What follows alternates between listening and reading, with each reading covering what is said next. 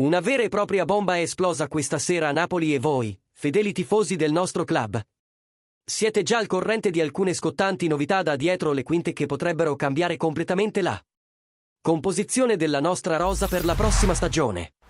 Come sempre, qui sul canale vi portiamo gli aggiornamenti più affidabili e dettagliati su ciò che accade dietro le quinte del Napoli.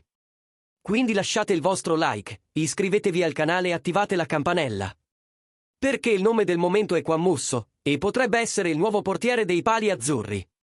Il Napoli è ancora in piena attività di mercato, con Giovanni Manna che sta monitorando da vicino diversi nomi per rinforzare la squadra in vista di Serie A, Coppa Italia e Champions League. Uno dei nomi che è tornato prepotentemente in auge nelle ultime ore è quello del portiere Juan Musso, attualmente in forza all'Atalanta ma in prestito all'Atletico Madrid. Nonostante la clausola d'obbligo di 7 milioni di euro sia già praticamente scattata, l'argentino ha avuto poco spazio a Madrid, facendo una sola apparizione ufficiale nella Liga, sempre all'ombra di Giano Black. Secondo fonti legate al club, Musso vedrebbe di buon occhio un trasferimento al Napoli, riconoscendo il progetto come solido, ambizioso e competitivo non solo in Italia, ma anche in Europa. Tuttavia, il 29enne portiere argentino non accetterebbe di venire a fare da riserva, pretendendo garanzie di avere almeno un'opportunità di giocare in prima squadra. Ed è qui che la situazione di Alex Meret entra nel vivo, sebbene ci siano trattative avanzate per il rinnovo.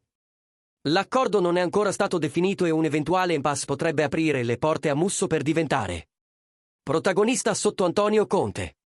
Tutto lascia pensare che se Meret dovesse lasciare il club o non accettare i termini del nuovo contratto, Juan Musso potrebbe diventare un'opzione realistica e strategica, combinando esperienza internazionale, un costo relativamente basso e il desiderio di tornare a giocare ad alto livello.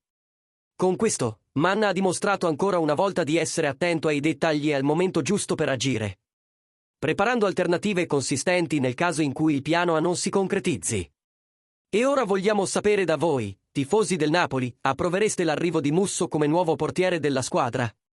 E se Meret dovesse rimanere, pensate che la competizione tra i due alzerebbe il livello della squadra? Commentate qui sotto e partecipate al dibattito con noi. E naturalmente, se vi sono piaciuti questi esclusivi retroscena, vi preghiamo di ringraziarci per supportare il canale e continuare a seguire tutto ciò che riguarda il nostro glorioso Napoli.